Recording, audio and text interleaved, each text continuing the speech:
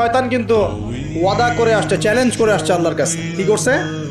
Challenge. শয়তান কি challenge করছে জানেন? শয়তান চ্যালেঞ্জ করছে যে রব্বি, শয়তান বলছে রব্বি মানে হে আমার রব। শয়তান কিন্তু আস্তিক, শয়তান কিন্তু আস্তিক, শয়তান কিন্তু আল্লাহকে বিশ্বাস করে।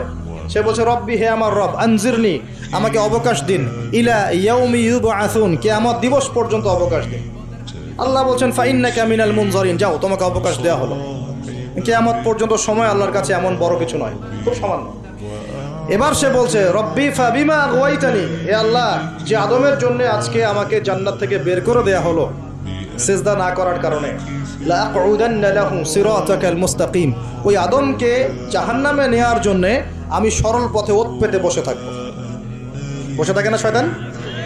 সুম্মা লাআতিয়ান্না মিন বাইনি আইদিহিম, খুব ভালো করে জায়গাটা বোঝেন প্রিয় ভাইরা। শয়তান চ্যালেঞ্জ করে বলছে সুম্মা, এর পরে আমি আসব আদম সন্তানের সামন থেকে। কোত্থেকে? এই সামন থেকে মানে অর্থ হচ্ছে দুনিয়া, মানে আপনাকে দুনিয়ার সমস্ত ফিতনায় এসে প্রলুব্ধ করে রাখবে। কারণ দুনিয়া চোখের সামনে দেখা যায় না, দেখা যায় দুনিয়ার অভাবের ধোঁকা দিবে, বেকারত্বের ধোঁকা দিবে, হতাশা, এইটা সেইটা, স্বামী স্ত্রীর ফিতনা, পরিবারের ফিতনা, সামাজিক ফিতনা, আপনাকে দুনিয়ার এই ফিতনায় এসে ব্যস্ত রাখবে, রাখে না? এটা হচ্ছে সামন থেকে আসা। ওয়ামিন খালফিহিম, পিছন থেকে আসবো। পিছন থেকে মানে আপনাকে পরকাল সম্পর্কে হতাশ করে দিবে এবং পরকাল সম্পর্কে আপনাকে কুধারণা সৃষ্টি করবে এবং পরকাল সম্পর্কে আপনার মধ্যে একটা গাফিলতি সৃষ্টি করে দিবে যে পরকাল না, পরে দেখা যাবে। হ্যাঁ, পিছনে কি আছে? পরকাল না? তো পিছনটা পরকাল, তো পরকাল আসবে যখন তখন দেখা যাবে। হ্যাঁ, বৃদ্ধ হলে তখন তওবা করে নিব, এখনও কি তাড়াহুড়ার কি আছে, পরে দেখা যাবে শেষ বয়সে।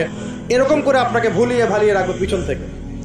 আবার হতাশ করে দিবে, আমার পরকালে আমার জান্নাত হবে না, আমি তো এত আমল করতে পারি নাই, হ্যাঁ আমার কি হবে, আমার আত্মহত্যা ছাড়া কোনো পথ নাই, এভাবে হতাশ করে ফেলবে আপনার পিছন থেকে।